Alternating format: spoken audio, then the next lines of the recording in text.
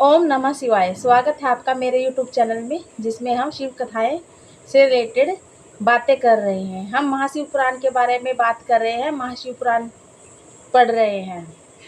जो last video थी मेरी, उसमें हम 10वें अध्याय पढ़ा था, और आज हम 11वां अध्याय पढ़ेंगे, जिसमें हम बताएंगे आपको इसके अंदर से देख के कि शिवलिंग की स्थापना कैसे की जाती है, कहाँ की जाती है और क्यों की जाती है।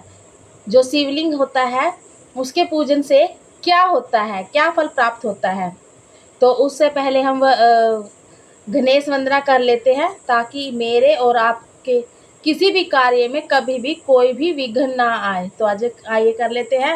वक्रतुंडे महाकाय सूर्य कोटि संप्रभम निर्विघ्नं करो हे देव सर्व कार्येषु सर्वदा। और अगर आपको मेरी वीडियो अच्छी लगे और अगर आप चाहते हैं कि मैं आपके लिए शिव कथाएं से रिलेटेड नई नई वीडियो लेकर आती रहूं, तो प्लीज़ मेरे चैनल को लाइक करना, सब्सक्राइब करना और बेल आइकन का बटन दबाना ना भूलें, ताकि मैं जब भी कोई नई वीडियो लेकर आऊं तो उसका जो नोटिफिकेशन है वो सबसे पहले आपके पास आए।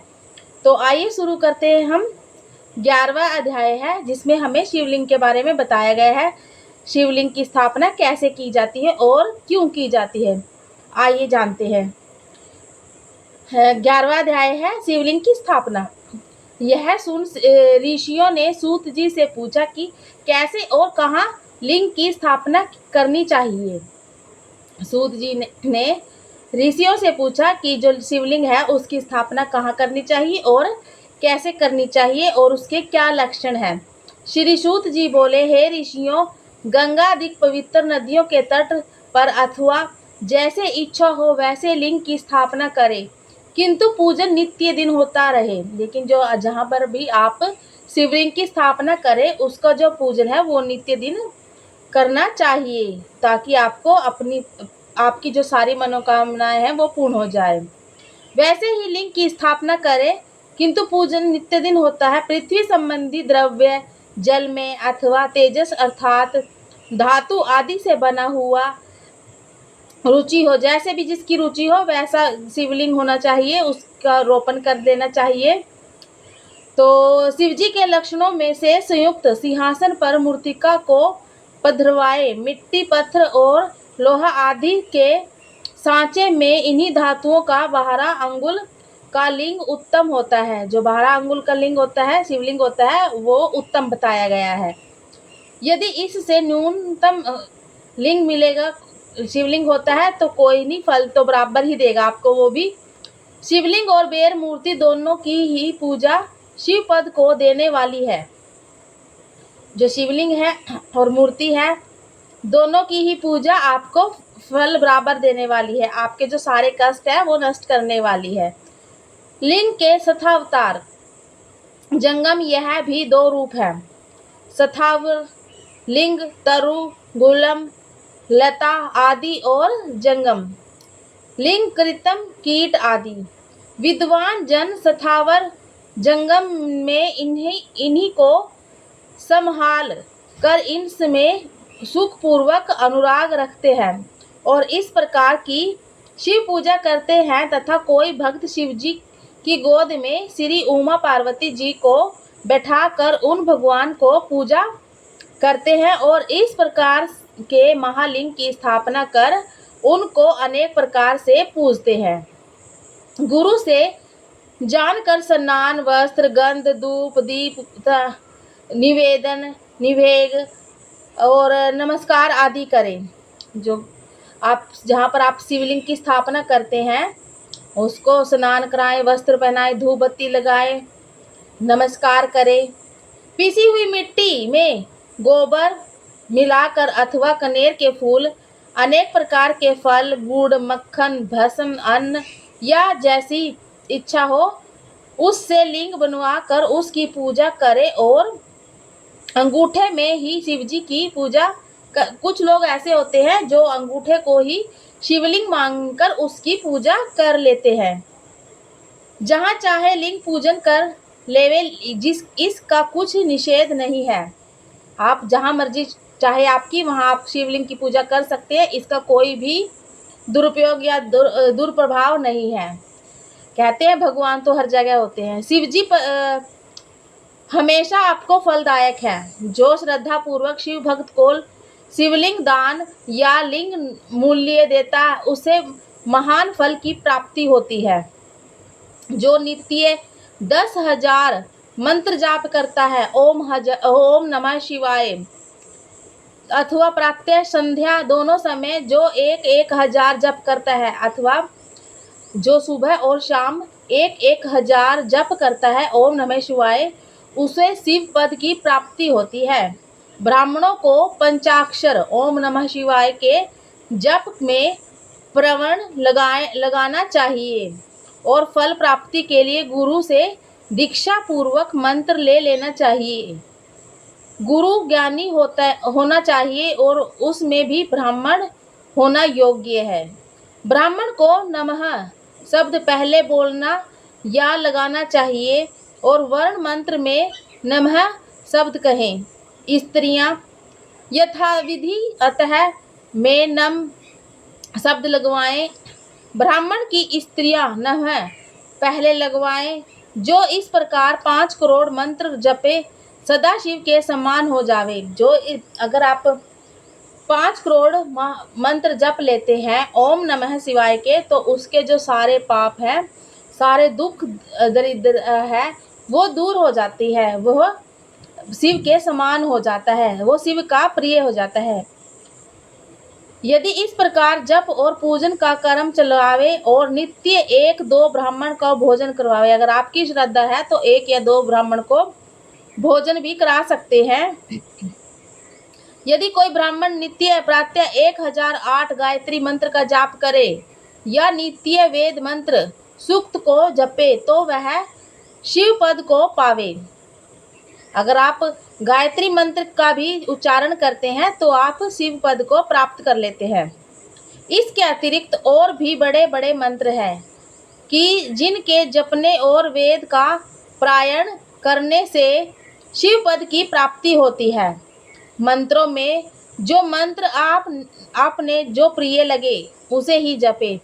इतने सारे मंत्र हैं, जो मंत्र आपको प्रिय लगे उसका ही जाप करें। यदि कोई ओम नमः शिवाय ओम मंत्र का 1,000 बार जपे तो उसके मनोरथ पूर्ण हो जाते हैं, मतलब उसकी सारी जो मनोकामनाएं हैं वो पूर्ण हो जाती है यदि कोई ओम नमः शिवाय का 1,000 जप कर लेता है। विद्वान को चाहिए कि वह आमरण विष क्षेत्र में निवास करे जहाँ कहीं मनुष्य द्वारा शिवलिंग पधराया होता हो। वहाँ 100 हाथ तक पुण्य क्षेत्र होता है। जहाँ शिवलिंग की स्थापना की जाती है वहाँ से 100 हाथ तक, मतलब जहाँ 100 हाथ दूर दूर तक जो स्थान होता है वो पवित्र होता है। वहाँ जो भी पुण्य कर्म किया जाता है उसका 100 गुना फल मिलता है। वहाँ पर जो भी कोई अगर जरा सा भी पुण्य कर लेता है तो उसका 100 गुना फल उस इंसान को मिलता है। और जहाँ ऋषियों ने लिंग पधराया हो वहाँ 1000 हाथ और जो लिंग स्वयं निकले होते हैं वहाँ पर 1000 हाथ की दूरी तक क्षेत्र माना जाता है। कुछ शिवलिंग होते हैं जो धरती में से निकलते हैं, स्वयं निकलते हैं, और कुछ होते हैं जो महर्षियों द्वारा लगाए जाते हैं, स्थापना की जाती है।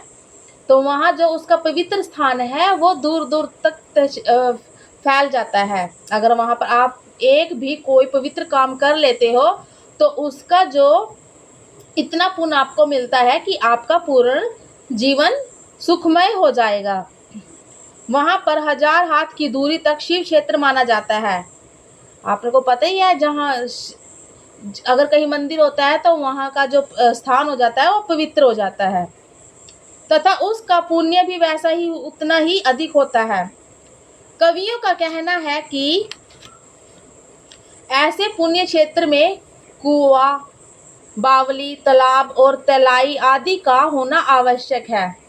उसे शिव गंगा कहते हैं। अगर जहाँ शिवलिंग की स्थापना की जाती है उसके आसपास बावली, तालाब, कुआं होता है तो उसको शिव गंगा के नाम से जाना जाता है। ऐसे स्थान में दान जप करना सर्वथा कल्याणप्रद है। दाह, दशहा, मासिक पिंडदान आदि शिव क्षेत्र में करने से सब पापों से मुक्ति प्राप्त हो जाती है। जैसे अगर किसी की आत्मा को शांति नहीं मिलती और आप इधर उधर भटकते हो, पिंडदान करने के लिए आपको इधर उधर भटकाया जाता है, लेकिन जहाँ शिव के लिंग है या शिव का मंदिर है और उसके आसपास कोई तालाब है, तलई है, कोई कुआं है, अगर आप वहाँ पर पिंडदान करते हो तो उस इंसान को मुक्ति मिल जाती है, आपको भटकने की जरूरत नहीं पड़ती है। ऐसा शिव महापुराण में बताया गया है। शिव क्षेत्र में 7, 5, 3 या 1 रात अवश्य ही निवास करें। जहाँ पर मंदिर होता है या शिवलिंग स्थापित होता है वहाँ पर आप 1 रात, 2 रात, जितना आपका मन करे, अगर आप उस वहाँ पर विराजमान वो रात वहाँ पर काटते हैं तो आपके जो दुख संकट है वो कट जाएंगे, ऐसा शिव महापुराण में बताया गया है। वर्णानुसार इसकी भी उत्तम फल प्राप्त होता है। सकाम में से तुरंत सिद्धि और निष्काम से शिव पद की प्राप्ति होती है। विशेषकर कलयुग में तो और भी सरल है। इतना सुनकर ऋषियों ने कहा कि हे सूत जी, अब आप हमें ऐसे सभी पुण्य क्षेत्रों का वर्णन संक्षेप में सुनाइए कि जिनका सभी स्त्री पुरुष आश्रय ले सके। ऋषियों ने सूत जी से पूछा कि हमें ऐसे स्थानों की बताइए, वर्णन कीजिए कि जहाँ पर सभी जो कलयुग में स्त्री और पुरुष है वहाँ जाकर उस चीज का लाभ उठा सके। ऐसे ऐसे क्षेत्रों के बारे में बताइए। जो दुखी होते हैं, जिनकी औलाद नहीं होती या फिर कर्जा होता है, ऐसे तो उनको वहाँ जाके लाभ प्राप्त होता है। हे योगियों में श्रेष्ठ, इन क्षेत्रों का आगमन कैसे हुआ यह भी हमें सुनाइए। तो ऋषियों ने पूछा सूत जी से कि कैसे हुआ, हमें सुनाइए इन क्षेत्रों का आगमन और कहाँ कहाँ ये है। तो कल हम आपके लिए वीडियो लेके आएंगे, जो नेक्स्ट वीडियो लेके आएंगे उसमें हम बताएंगे कि शिव क्षेत्र का वर्णन, मतलब कि शिव के जो क्षेत्र हैं जहाँ हमें पुण्य क्षेत्र होते हैं वो कहाँ कहाँ है और कैसे कैसे हमें वहाँ जाकर लाभ प्राप्त होता है। तो प्लीज़ अगर आपको मेरी वीडियो अच्छी लगे तो प्लीज़ मेरे चैनल को लाइक करना, सब्सक्राइब करना, और अगर आप चाहते हैं कि मैं आपके लिए ऐसी ही नई वीडियो कुछ लेके आऊँ तो प्लीज़ कमेंट बॉक्स में ज़रूर बताना। तो इसी के साथ हम आपसे विदा लेते हैं, तब तक के लिए ओम नमः शिवाय।